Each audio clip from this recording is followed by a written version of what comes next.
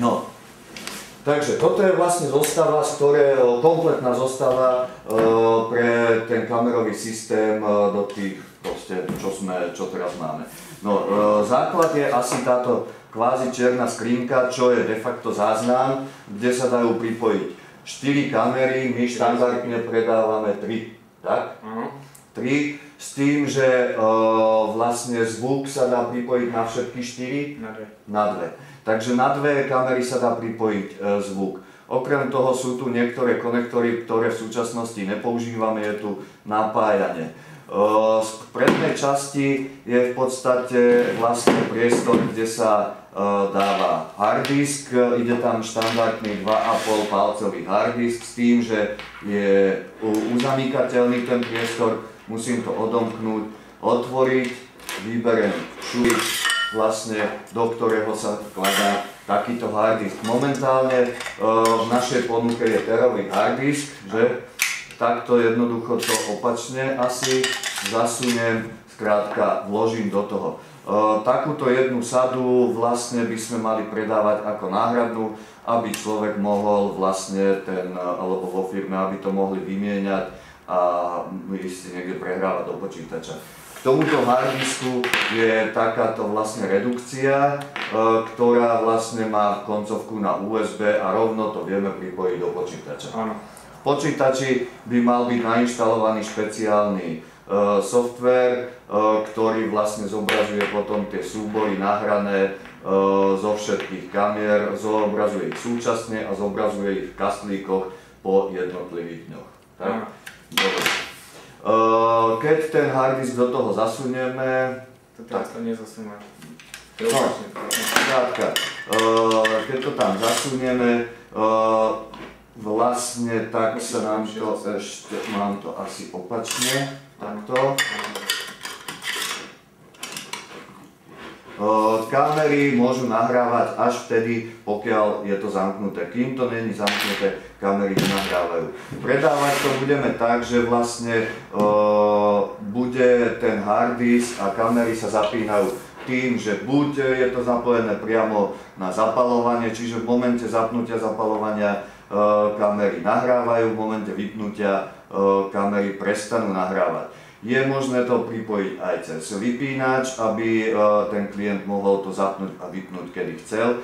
Je možné k tomu pripojiť aj časový, vlastne nejaký časovač, ktorý po vypnutí zapaľovania to vlastne udrží ešte v chode nejaký čas, zhruba 45 minút. Je to z toho dôvodu, že tá skrinka má odber aj s kamerami skoro 1 A, čiže pre bežné dodávkové auto by to znamenalo do 2 dní vybitie baterky. Keď nejazdí auto.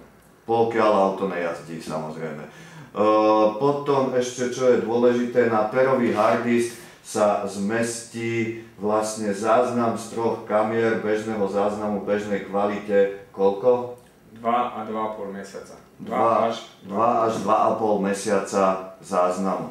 Čiže to je samotná čierna skrinka. Potom tu máme k tomu, treba predávať káble. Káble sú 6 metrové a 8 metrové, či 6 a 10 metrové, s tým, že existujú káble len na kamerový signál a existujú káble na kamerový aj zvukový signál. Čiže treba posúdiť, či tam bude treba nahrávať aj zvuk, ktorý sa vlastne doplňuje alebo pripája takýto externý mikrofón, ktorý sa dáva vlastne do týchto koncoviek. Potom je to schopné nahrávať aj zvuk.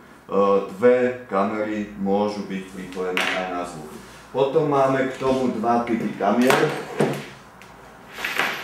Jedna je zadná, to je táto, myslím, že tieto kamery obidve majú aj nočné videnie.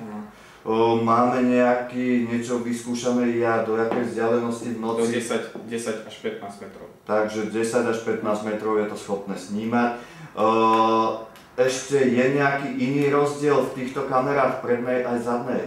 Je, tá zadná kamera má opačný obraz, takže to musí sa dávať dozadu. On má opačný obraz kvôli tomu, lebo pozerá smer dozadu. A tá predná má zas musí pozerať dopredu, lebo keby si to dal dozadu, tak máš tam opačne povedzme SPZ-ky alebo ako by si jazdil v Anglicku. On ti bude snímať, že povedzme, keby tú zadnú kameru by si dal dopredu, tak tebe by autá nechodili opačne z ľavej strany, akože spredu, ale prišli by z pravej strany. Opačný obraz tam má, zrkadlo tam máš, jakoby. Jasné. Takže tie kamery sa môžu dať dozadu von z auta, smerovať, akože čo je za autom, alebo do priestorov, spredu sníma dozadu ten priestor. Ten priestor povedzme na Fiat Ducato, čo je nakladací priestor a bude od šoféra snímať smer zadné dvere. Jasné. Dobre, čiže aj toto je dôležité, čiže ono to vlastne obracia obraz, preto je zadná kamera. Zadná tá kamera. Čiže keď sú tam nejaké nápisy, tak sú normálne čitateľné. Dobre, toto je, myslím, že k tomu hardwareu asi všetko. Áno.